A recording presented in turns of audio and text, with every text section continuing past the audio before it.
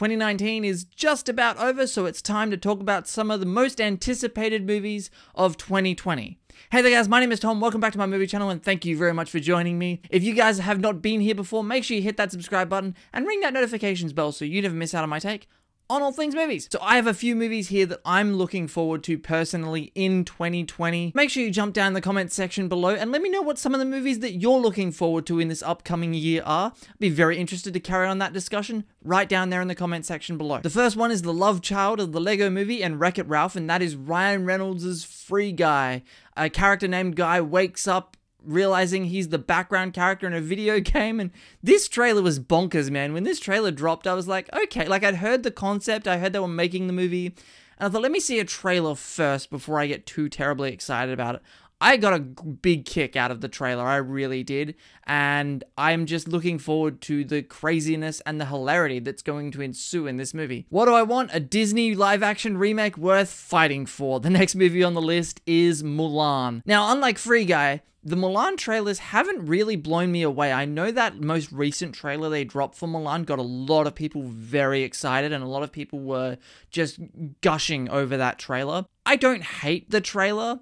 I didn't particularly love the trailer, but I am very excited for the movie, and I do think with this movie in particular, they're taking it in a direction that seems more serious and less Disney-fied, and I think that was probably the right approach with this movie. This movie looks like an Oscar caliber war kind of film, and I think if you remove the Disney label from that trailer, I don't know that people would automatically associate this trailer or this movie with Disney. If you just took the Disney label off of it, this movie just looks like an Oscar caliber like war movie. And I'm saying that as someone who's not even a big fan of the trailer. Again, I didn't hate the trailer, but I'm not particularly blown away by it either, but I am very excited to see Mulan. I think this is going to be a fantastic movie, and at least I really hope so, because if it isn't, it's going to break a lot of people's hearts. Mulan was never like one of my favorite Disney movies, but I do enjoy that original Mulan movie, so let's see what happens with this film. I think this film's going to turn out to be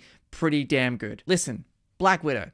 Black Widow is a character I never thought I wanted to see in her own standalone movie. It's just never something that interested me. I thought, you know, she serves her purpose as part of the ensemble Avengers team. That's where her place is, and I think that is where that character is most suited in the MCU. But of course, a lot of people wanted a Black Widow movie, so Marvel were like, we hear you, we'll give you a Black Widow movie. So this movie is coming.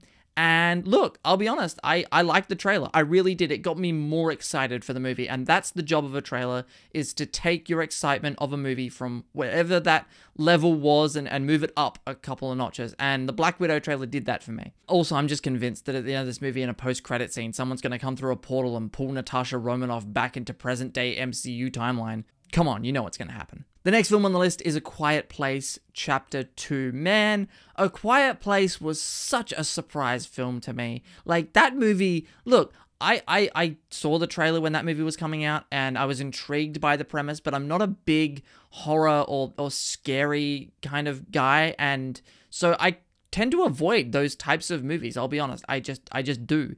And my friend dragged me to see A Quiet Place. I was like, I don't really care for it. You know, the trailer's interesting, but whatever. Then I saw the movie, and man, that movie blew me away. John Krasinski, Emily Blunt, the children in that movie. That movie is fantastic. It was one of my favorite movies of 2018. It made my top 10 best list. And that was a movie that, look, you don't have to do a sequel to that film. I think that film ended absolutely perfectly. I didn't even want a sequel. I'm like, you know what? No, that's perfect. Leave it alone. Then they said they were doing the sequel. I was like, well, okay, that's interesting. And then John Krasinski coming back to direct it. I'm like, well, that's even more interesting. And then Emily Blunt's back. And then they released that little tiny teaser trailer of them walking through the sand.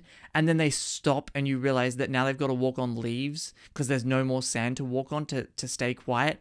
Oh my god, like the tension in that little 20-second clip that they dropped. Again, it took my excitement level for A Quiet Place 2 and just bumped it up to like a 10. And honestly, if the sequel is half as good as the original, I'll be satisfied. Plus, Emily Blunt is, and I cannot stress this enough, practically perfect in every way. And finally, this is my most anticipated movie of 2020, and that's Wonder Woman 1984. Listen, I know that the first Wonder Woman movie, a lot of people love it, a lot of people don't like it, and it's not a lot of people's favorite of the DCEU. That first Wonder Woman movie is not my favorite of the DCEU. That first Wonder Woman movie is my favorite DC movie of all time. Yes, I put it above the Dark Knight trilogy. Sue me. I just think what Patty Jenkins did with that film was incredibly special. Listen, if I don't receive anything else in life for the rest of my life, like as far as gifts go, I'll be perfectly okay. As long as I get my Patty Jenkins, Gal Gadot, Wonder Woman trilogy that I can put on my shelf and pray to every night,